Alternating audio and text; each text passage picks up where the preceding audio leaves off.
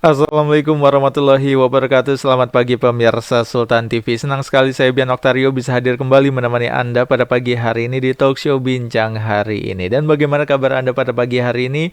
Mudah-mudahan dalam keadaan yang baik-baik saja, sehat-sehat selalu dan tetap diberikan kelancaran dalam menjalani aktivitas Anda. Dan seperti biasa, di pagi hari kita akan menemani Anda dengan perbincangan hangat.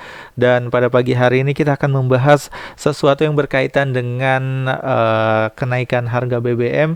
Dan seperti yang kita tahu juga beberapa waktu lalu dan juga kemarin ini buruh di sejumlah daerah di Indonesia ini menggelar aksi demonstrasi penolakan kenaikan harga bahan bakar minyak atau BBM yang dilakukan oleh pemerintah, dan mereka ini menilai kebijakan pemerintah ini uh, semakin menyulitkan kondisi ekonomi masyarakat. Nah, untuk melihat bagaimana aksi yang dilakukan oleh para buruh pada pagi hari ini, kita akan berbincang-bincang bersama dengan Mbak Intan Indria Dewi SM selaku Dewan Eksekutif Nasional KSPI.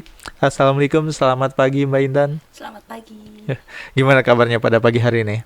Alhamdulillah sih sehat. Alhamdulillah sehat. Terima kasih sudah mau meluangkan waktunya lagi untuk datang ke Sultan Sama-sama. TV, Mbak ya.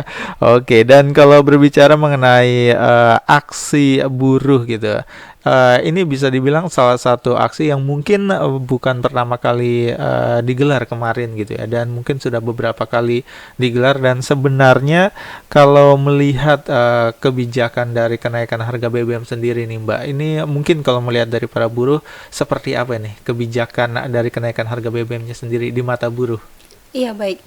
Memang kenaikan BBM ini menurut Mhm, kami di mata kami para buruh mhm, gitu kan, ini tentunya akan mempengaruhi tidak iya, hanya aspek terkait dengan kehidupan buruh, tetapi oke, juga mhm, akan mempengaruhi kehidupan masyarakat dan juga mhm, tidak hanya di Provinsi Banten iya, tentunya, tetapi juga menyeluruh mhm, se-Indonesia. Banyak mhm, sekali aspek-aspek yang terdampak mhm. ketika adanya kenaikan BBM ini. Hmm. Seperti itu. Oke, nah kalau sebenarnya aspek-aspek apa aja nih yang sangat terdampak lah oleh para buruh ini? Iya, yang pertama ketika ada kenaikan BBM, tentu Mhm. saja kenaikan harga bahan pokok itu tidak akan jauh dari Oh, itu. ya Itu benar. tentu akan Mhm. berpengaruh. Iya. Sedangkan kita sama-sama ketahui juga Mhm. bahwa di 2022 Iya. ini di Provinsi Banten Mhm. tidak ada kenaikan upah. Iya. Adapun kenaikan upah hanya 0 sekian persen Mhm. karena memang menggunakan peraturannya hanya menggunakan perhitungannya PPE 36 Iya. saja. Mhm. Nah, dengan tidak adanya kenaikan itu, kita Mhm. bisa bilang dengan kemudian ada kenaikan BBM, Mhm. otomatis ini sangat terdampak. Satu, yang Iya. pertama, ketika kita berbicara bahan-bahan pokok, ini Mhm. pasti akan meroket naik, ya Iya. kan? Karena apa? Karena tadi ada apa namanya? Ketika kita membeli bahan-bahan pokok, Mhm. kemudian ada akomodasi yang harus diberikan juga gitu Iya. kan. Dan yang paling berdampak sekali adalah tentunya Mhm. kenaikan ongkos tarif Oh, iya. angkutan umum Benar. ya, Mhm. gitu kan. Dengan adanya kenaikan ongkos tarif angkutan umum, Mhm. ketika buruh atau pekerja Mhm. pergi dan pulang, tentu saja ini juga akan mengurangi atau menambah beban kos mereka, Oke. seperti itu. Mhm. Dan tentunya dengan menaiknya bahan-bahan pokok, Mhm. ini juga akan menurunkan daya beli masyarakat. Sedangkan Mhm. kita sama-sama ketahui bahwa ketika daya beli masyarakat itu rendah, Mhm. tentunya ini akan menaikkan inflasi dan nantinya akan berdampak juga nih, gitu kan, pada perekonomian masyarakat di sekitar, seperti itu. Oke. Nah, ini kan bisa dibilang seperti yang disebutkan gitu ya, upah dari para buruh ini juga di tahun 2022 ini tidak naik secara signifikan gitu. Nah, Iya. kalau dari pihak pengusahanya sendiri ini sebenarnya ada upayakah yang dilakukan untuk membantu buruh-buruh gitu?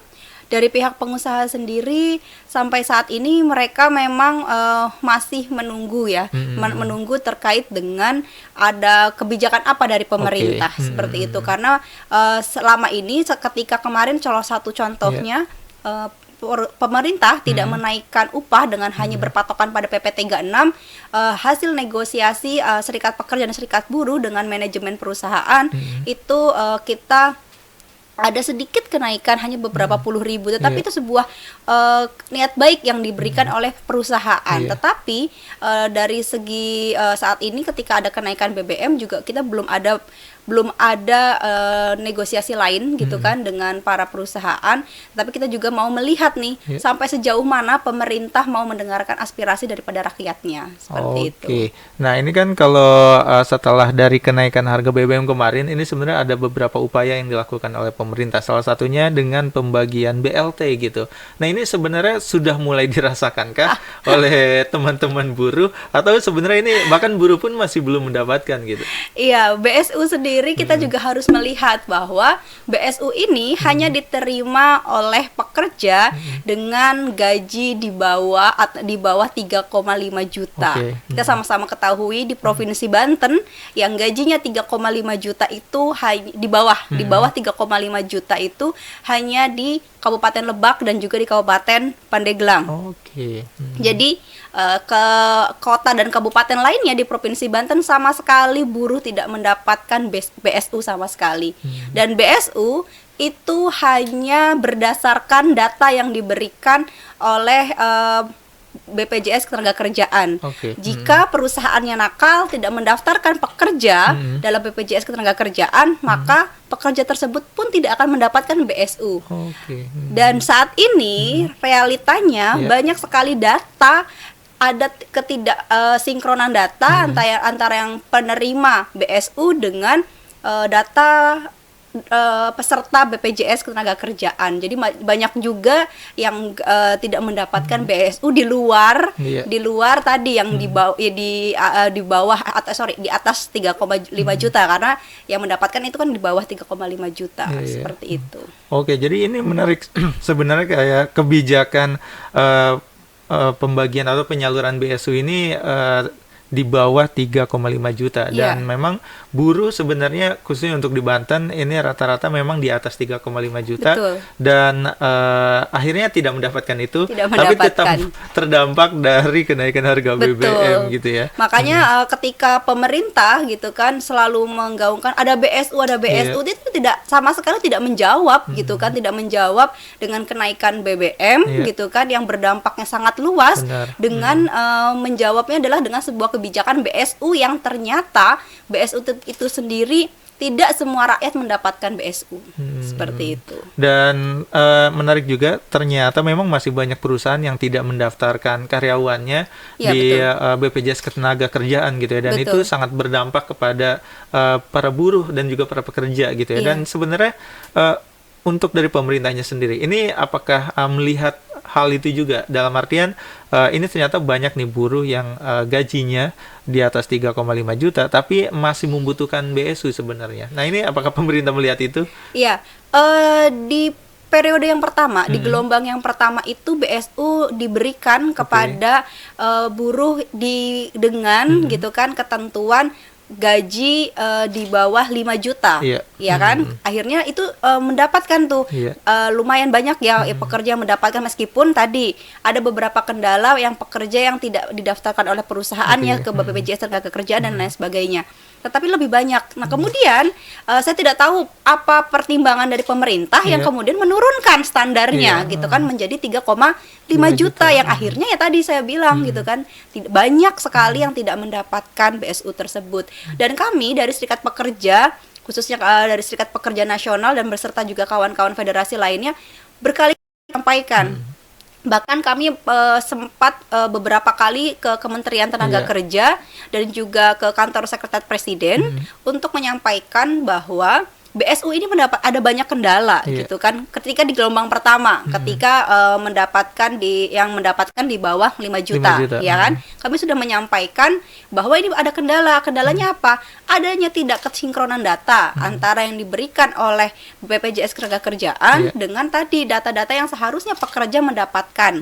Kan seperti itu. Itu kami sudah sampaikan kendalanya seperti apa. Kami berharap ada tindak lanjut yang lebih baik. Ternyata jawaban pemerintah bukan lebih baik gitu, malah menurunkan standarnya. Seperti itu. Tapi apakah ada kejelasan gitu kenapa akhirnya kriteria untuk penerima BSU ini diturunkan gitu? Apa ya ini memang tidak ada informasi dari pertama pemerintah? tidak ada informasi.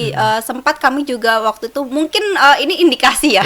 Indikasinya adalah waktu kami menyampaikan kenapa upah buruh itu harus naik gitu kan. Kenapa upah buruh harus naik? Karena ada waktu itu kami menyampaikan bahwa digaji di bawah 5 juta Iya. itu kan masih terdampak Covid dan Iya. kemudian pemerintah memberikan BSU untuk membantu menaikkan daya beli. Iya. Maka gitu kan ketika kami meminta kenaikan gaji itu adalah salah satu faktor ataupun yang kami argumen yang kami sampaikan gitu kan. Nah, mungkin dari situ kemudian pemerintah ya udahlah daripada minta naik gaji jadi 5 juta udah mending turunin aja standarnya 3,5 juta. Mungkin seperti itu. Tapi tidak ada jawaban yang pasti gitu kan.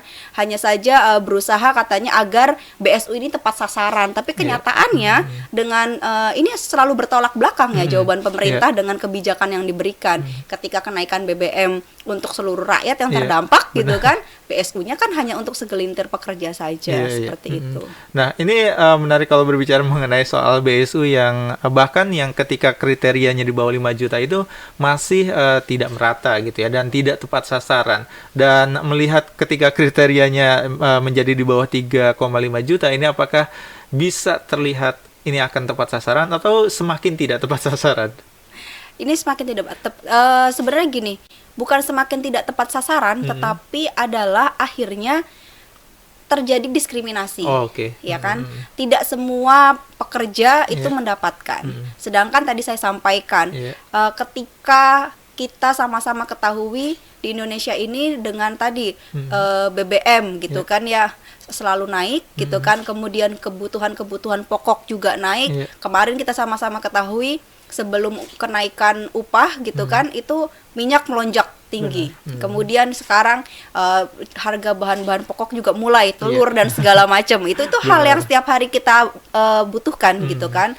Nah, itu naik gitu kan. Tetapi tadi ditambah lagi pemerintah memberikan kebijakan untuk menaikkan harga BBM gitu kan dengan alasannya katanya nantinya rakyat kita tidak akan terdampak nggak terdampak seperti apa gitu kan. Makanya apalagi yang dinaikkan itu tidak hanya mohon maaf untuk seperti Pertamax turbo atau segala macam, tapi sampai ke Pertalite yang memang semua orang membutuhkan itu gitu kan. Bahkan ya buruh harian lepas gitu kan yang memang dia tidak mendapatkan tidak mendapatkan gaji yang secara tetap pun ketika mereka ingin berangkat bekerja ya mereka harus pakai motor dong. Walaupun motor cicilan ya tapi mereka menggunakan motor dan tentu saja kenaikan Pertalite itu sangat berdampak sekali kenaikan BBM tersebut seperti itu. Nah, kalau bantuan dari pemerintah selain BSU sebenarnya adakah yang mungkin bisa dirasakan oleh teman-teman pekerja? Sampai saat ini sih yang digembar-gemburkan hanya BSU saja. BSU saja. Iya. Kalau untuk BLT BBM ini, apakah teman-teman pekerja akan mendapatkan juga gitu?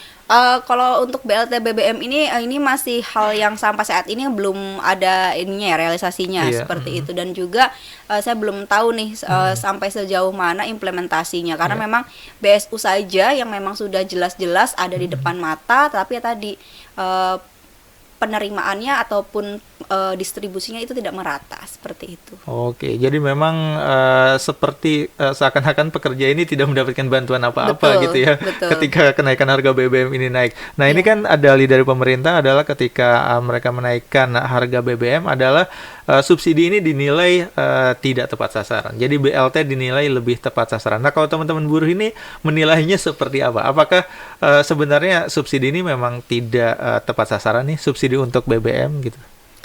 Iya, subsidi untuk BBM ya itu lagi-lagi gitu kan. Sebenarnya jawabannya satu-satunya sih bukan BLT, bukan BSU, tetapi adalah bagaimana pemerintah melihat ketika memang kenaikan BBM ini terus meroket gitu kan, kemudian harga bahan-bahan pokok juga semakin melonjak dan juga tentunya ini akan menurunkan daya beli masyarakat, maka agar untuk kita tetap menjaga perekonomian itu gitu kan, maka dan juga tetap menjaga agar menjaga untuk stabilitas daripada perekonomian, satu-satunya yang harus dilakukan oleh pemerintah adalah seharusnya tadi melakukan atau memberikan kebijakan untuk kenaikan upah buruh. Apalagi saat ini kan sudah di bulan September, Oktober, November, Desember. Ini kan biasanya kita penentuan untuk upah untuk tahun 2023. Sebenarnya tidak ada alasan lagi untuk pemerintah selain satu-satunya jalan yang menaikkan upah buruh gitu kan, dengan tidak hanya melihat PP atau peraturan pemerintah nomor 36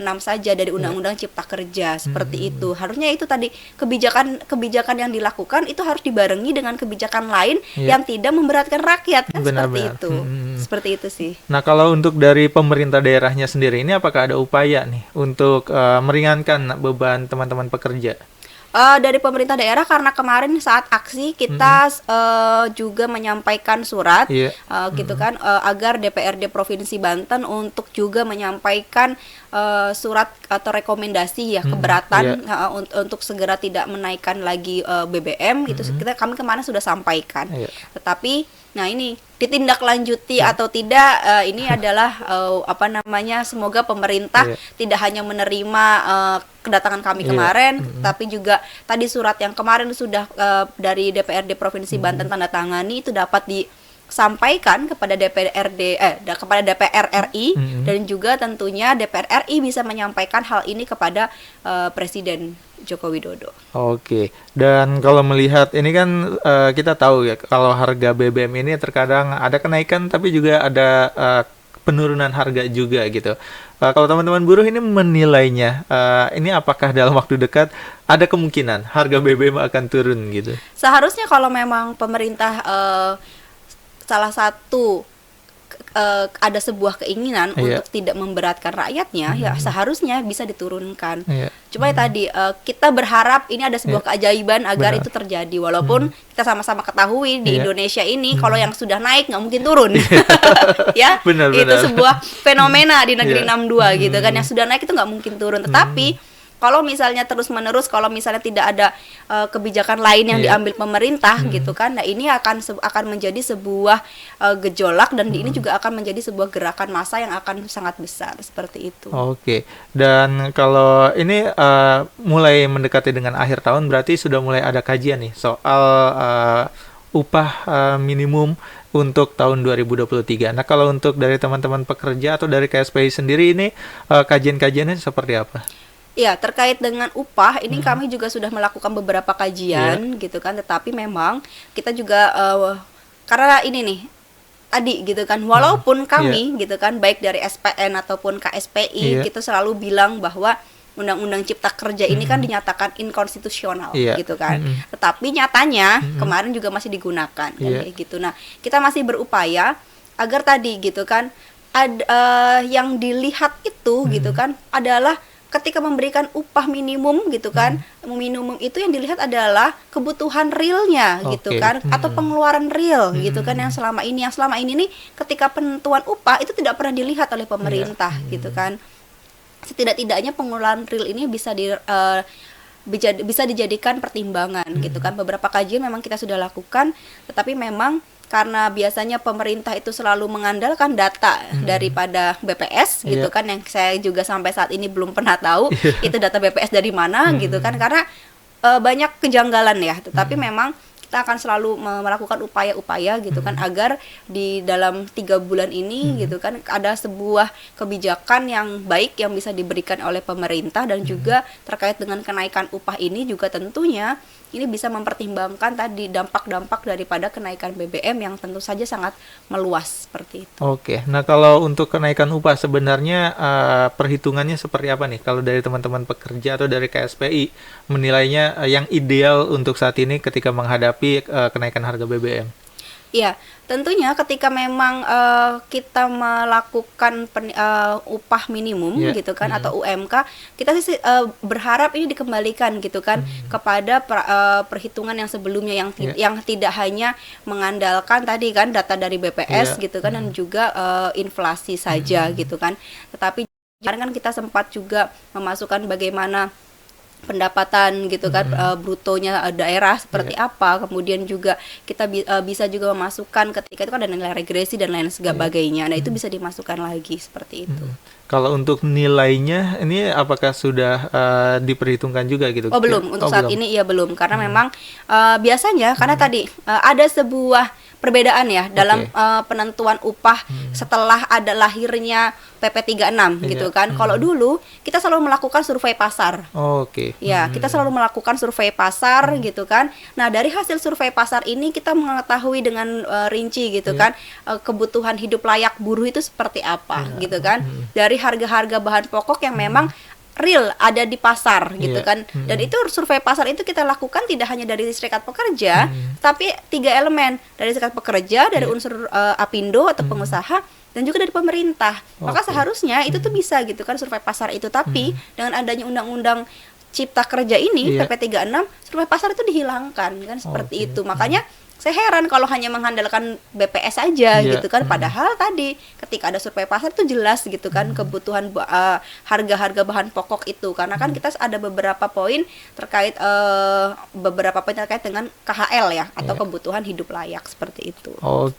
Ini menarik kalau berbicara mengenai ibaratnya dampak dari kenaikan harga BBM yang dirasakan oleh teman-teman pekerja gitu. Dan ini akan kita lanjutkan lagi perbincangan kita pada pagi hari ini. Dan pemirsa Sultan TV, kita akan lanjutkan lagi perbincangan kita bersama dengan Mbak Intan Indria Dewi SM selaku Dewan Eksekutif Nasional KSPI. Jadi pastikan Anda tetap bersama kami di Talk Show Bincang hari ini.